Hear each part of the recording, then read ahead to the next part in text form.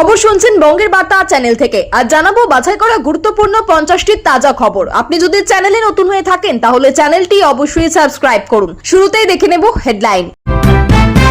এই মাসের শেষ, ধর্মের ভিত্তিতে সমস্ত প্রকল্প বন্ধ, মিলবে না ইমাম মুয়াজ্জেম পুরোহিত ভাতাও। বিদায় নিচ্ছে দুয়ারে রেশন, ইঙ্গিত দিয়ে বড় বার্তা নতুন খাদ্যমন্ত্রীর। নতুন সরকারের বড় অ্যাকশন, হাওড়া পুরসভা 44 নম্বর ওয়ার্ডে ভাঙা হলো বেআইনি নির্মাণ। বিজেপি ক্ষমতায় আসতে উদ্ধব অনুব্রত, অর্ধেক চুল গোফ কমানোর দাবিতে বোলপুরে নতুন কাণ্ড। গরুর বার্থ সার্টিফিকেট দেখান, শুভেন্দুর বিধায়িকার অদ্ভুত দাবিতে হেসে খুন তৃণমূল। গোহত্যা বন্ধের আর্জি নাখোদা মসজিদের ইমামের, সমর্থন নতুন আইনে। আমাকে গ্রেফতার করতে পারে, রক্ষা কবচের আবেদন জানিয়ে হাইকোর্টের দ্বারস্থ ফলতা তৃণমূল প্রার্থী পুষ্পা জাহাঙ্গীর। ডায়মন্ড হারবারে বিজয় উৎসব ঘিরে রণক্ষেত্র, বিজেপির 13 কর্মী আহত, তৃণমূলের বিরুদ্ধে অভিযোগ পাল্টা গোষ্ঠীকন্দল তত্ত্ব।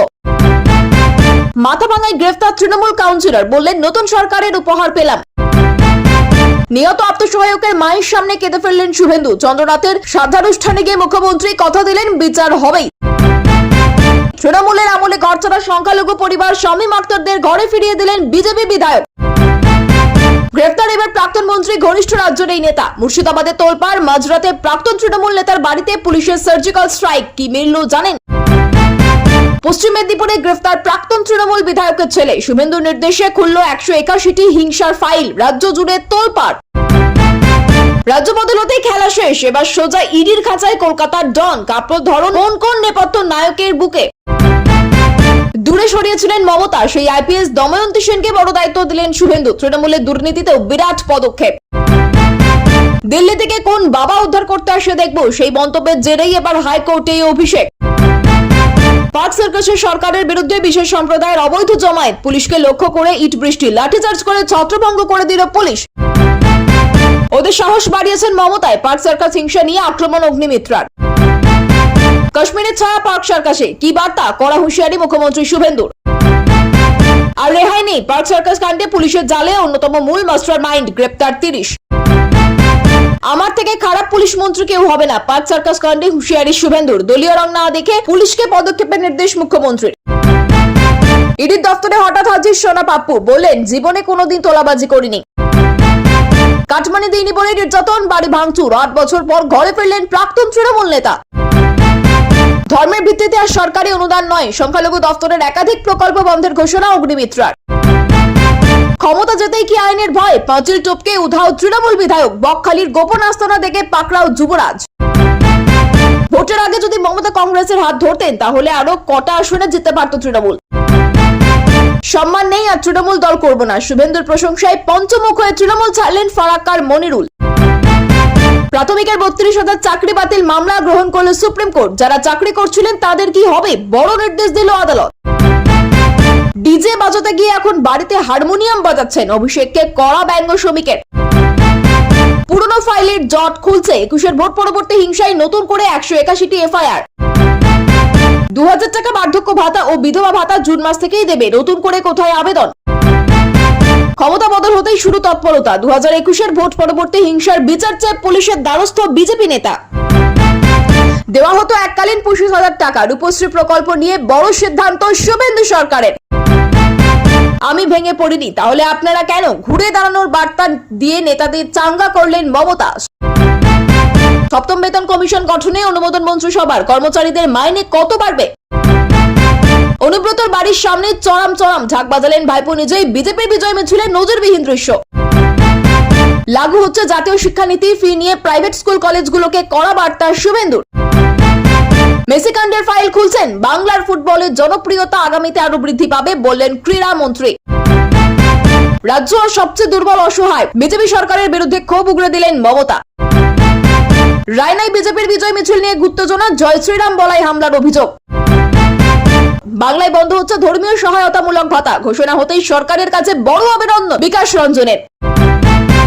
বেসরকারি স্কুলগুলিকেও কড়া বার্তা শুভেন্দুর, কি বললেন নতুন মুখ্যমন্ত্রী। জুনের শুরুতেই মহিলাদের জন্য ফ্রি বাস পরিষেবা, বিনামূল্যে ঘোরা যাবে দীঘা দার্জিলিং। নারী নির্যাতন এবং প্রাতিষ্ঠানিক দুর্নীতি, আলাদা 2টি কমিশন গড়লেন মুখ্যমন্ত্রী শুভেন্দু। বেকার ভাতা পেতে গেলে নতুন করে করতে হবে আবেদন, কিভাবে বানাবেন যুব শক্তি ভরসা কার্ড। বুলডোজার বিক্ষোভে অশান্তি, কাশ্মীরে পুলিশকে পাথর ছোড়া বন্ধ, কলকাতাতেও শেষ হবে। পাকসার কাছ থেকে কড়া বার্তা শুভেন্দুর। মমতা সব বিকট শিল্প, বিশ্ব বাংলা লোগো আউট, অশোক স্তম্ভ ইন, কি মন্তব্য সৌমিত্রর। বাংলার অবস্থা জম্মু কাশ্মীরের থেকেও খারাপ, হাওড়া উচ্ছেদ নিয়ে তোপ দিলীপের। পুলিশের উপর হামলাকারীদের ছাড়া হবে না, হুঁশিয়ারি অতিরিক্ত সিপির। সন্দেশখালীতে বিজেপির বিজয় মিছিলে তৃণমূলের হামলা, অ্যাকশন মোডে পুলিশও। সন্ত্রাসের রাজনীতির কাছে মাথা নত করবে না তৃণমূল, মেদিনীপুর ও বর্ধমান ঘুরে বার্তা ফ্যাক্ট ফাইন্ডিং টিমের। ইরান আমেরিকা যুদ্ধ থামার কোনো লক্ষণ নেই, কূটনৈতিক অচলাবস্থার চরমে। টার্গেট এবার তেহরান, মধ্যপ্রাচ্যের আকাশ জুড়ে যুদ্ধের কালো মেঘ, ওয়াশিংটনের অন্দরে চলছে কোন গোপন প্রস্তুতি। বিকেল হতেই স্বস্তির বৃষ্টি একাধিক জেলায়, কবে থেকে ফুল ফর্মের সঙ্গে বর্ষা।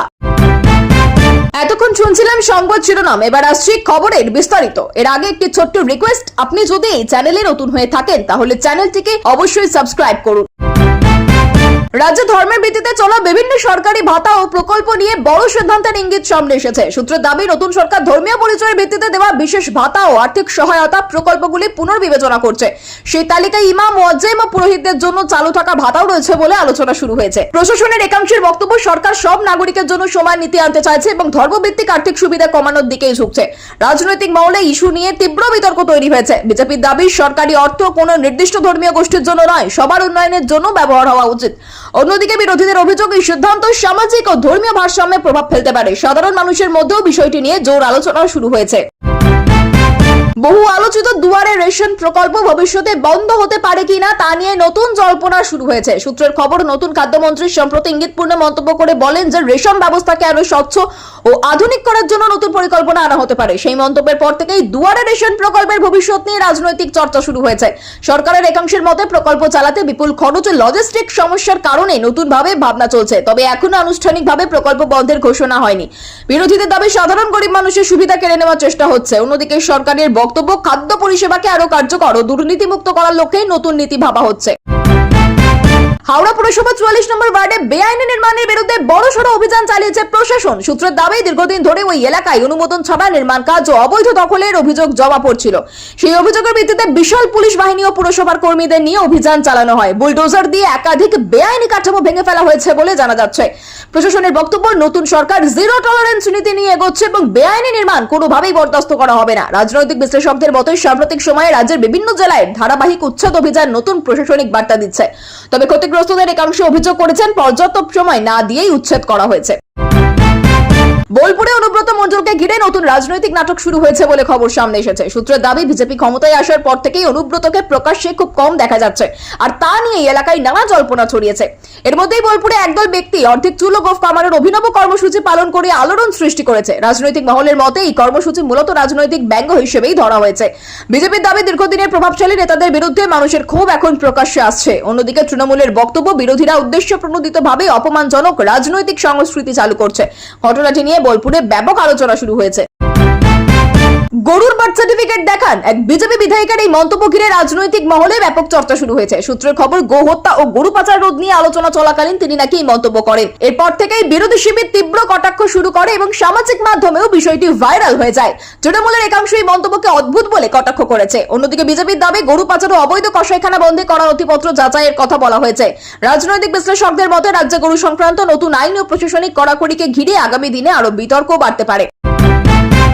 নাখোদা মসজিদের ইমাম গো হত্যা বন্ধের পক্ষে বক্তব্য রাখায় নতুন রাজনৈতিক ও সামাজিক আলোচনা শুরু হয়েছে। সূত্রের দাবি, তিনি বলেছেন, শান্তি ও সামাজিক সম্প্রীতি বজায় রাখার জন্য গো হত্যা বন্ধ হওয়া উচিত এবং নতুন আইনের কিছু অংশকে সমর্থনও করেছেন। এই মন্তব্য সামনে আসার পর বিভিন্ন মহলে ভিন্ন প্রতিক্রিয়া দেখা গিয়েছে। একাংশ বলছে এটি সম্প্রীতির বার্তা, অন্যদিকে কেউ কেউ মনে করছেন বিষয়টি রাজনৈতিকভাবে ব্যবহার করা হতে পারে। রাজনৈতিক বিশ্লেষকদের মতে, ধর্মীয় নেতাদের এই ধরনের মন্তব্য রাজ্যের বর্তমান রাজনৈতিক আবহে বড় প্রভাব ফেলতে পারে। প্রশাসনের তরফে অবশ্য এখনো এই বিষয়ে কোনো আলাদা প্রতিক্রিয়া দেওয়া হয়নি। ফলতা তৃণমূল প্রার্থী হিসেবে পরিচিত পুষ্পা জাহাঙ্গীর এবার গ্রেফতারের আশঙ্কায় কলকাতা হাইকোর্টের দ্বারস্থ হয়েছে বলে খবর সামনে এসেছে। সূত্রের দাবি, তিনি আদালতের কাছে রক্ষা কবচ চেয়ে আবেদন করেছেন এবং আশঙ্কা প্রকাশ করেছেন যে তাকে রাজনৈতিক উদ্দেশ্যে গ্রেফতার করা হতে পারে। সাম্প্রতিক সময়ে ফলতা এলাকায় রাজনৈতিক সংঘাত ও একাধিক মামলার আবহে এই পদক্ষেপ অত্যন্ত গুরুত্বপূর্ণ বলে মনে করা হচ্ছে। রাজনৈতিক মহলের মতে, নতুন সরকার ক্ষমতায় আসার পর ফলতা এখন সবচেয়ে স্পর্শকাতর রাজনৈতিক কেন্দ্রগুলির একটি হয়ে উঠেছে। বিজেপির দাবি, আইনের পথেই চলবে। অন্যদিকে তৃণমূলের অভিযোগ, বিরোধী নেতার উপর চাপ তৈরি করতে প্রশাসনকে ব্যবহার করা হচ্ছে। আদালতের পরবর্তী নির্দেশের দিকেই এখন নজর রয়েছে।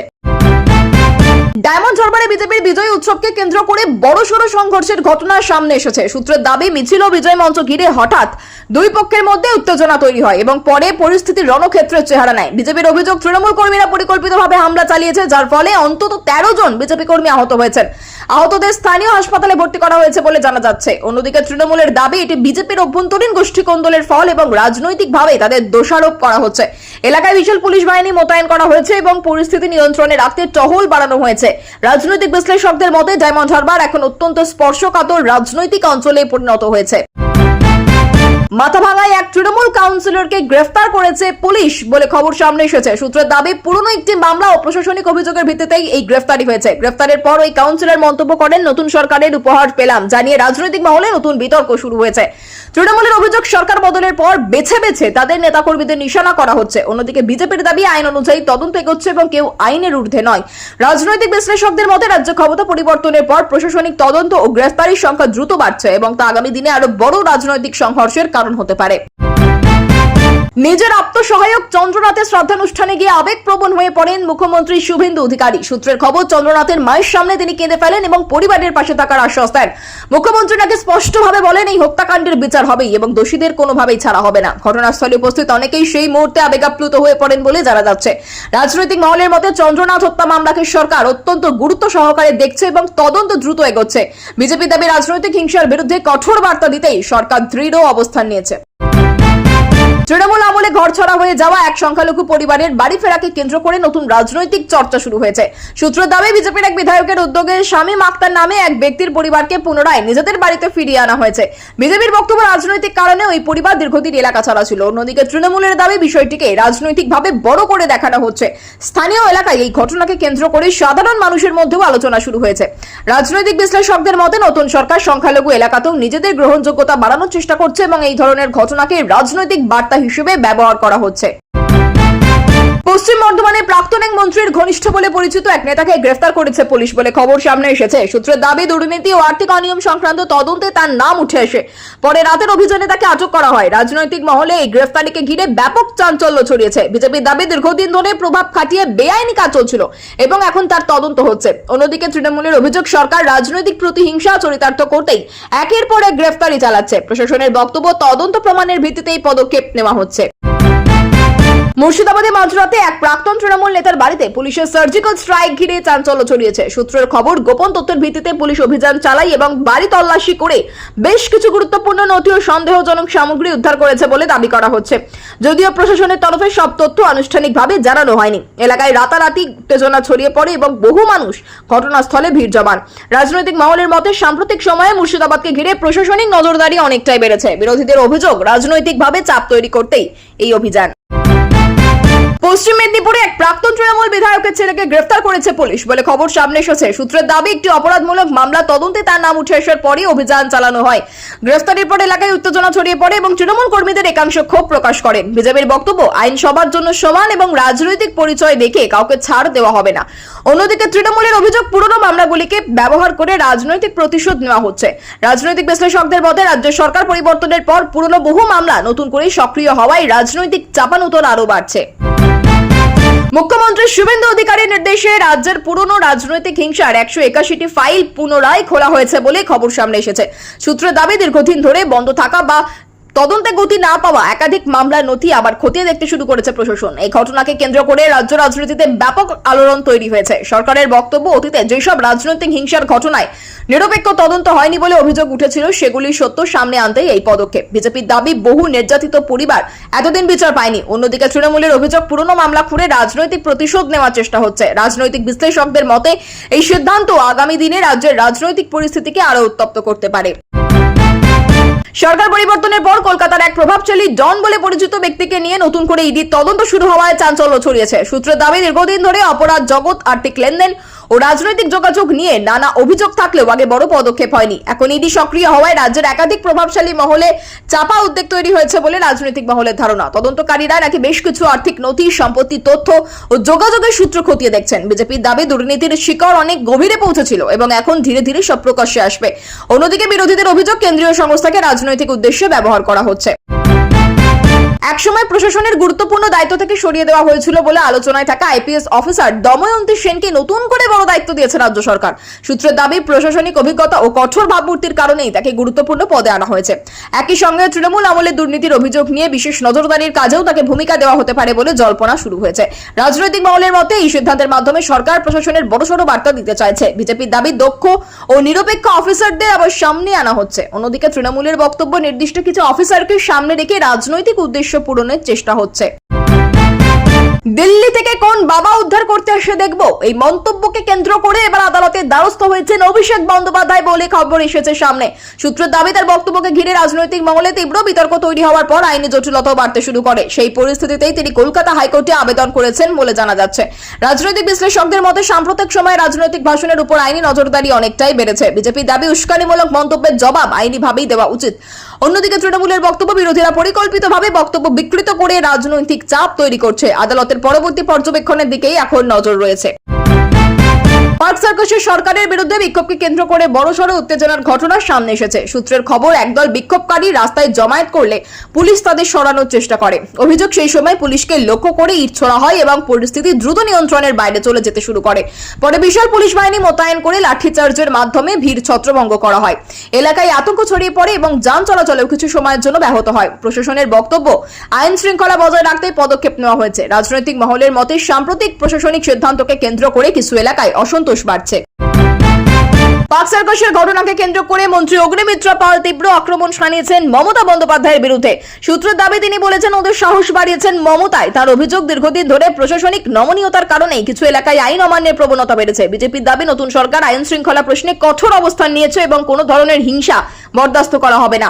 অন্যদিকে তৃণমূলের বক্তব্য, বিরোধীরা সাম্প্রদায়িক উত্তেজনা বাড়ানোর জন্য ঘটনাকে রাজনৈতিক রং দিচ্ছে। রাজনৈতিক বিশ্লেষকদের মতে পার্ক সার্কাসের ঘটনা এখন রাজ্যের বড় রাজনৈতিক ইস্যুতে পরিণত হয়েছে।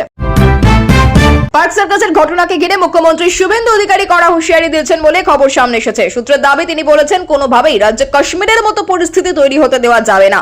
প্রশাসনের পক্ষ থেকে স্পষ্ট বার্তা দেওয়া হয়েছে যে আইন নিজের হাতে তুলে নিলে কঠোর ব্যবস্থা নেওয়া হবে। রাজনৈতিক মহলের মতে এই মন্তব্যের মাধ্যমে সরকার আইন শৃঙ্খলা ইস্যুতে নিজেদের দৃঢ় অবস্থান তুলে ধরতে চাইছে। বিরোধীদের অভিযোগ, অতিরঞ্জিত ভাষা ব্যবহার করে পরিস্থিতিকে আরো উত্তপ্ত করা হচ্ছে।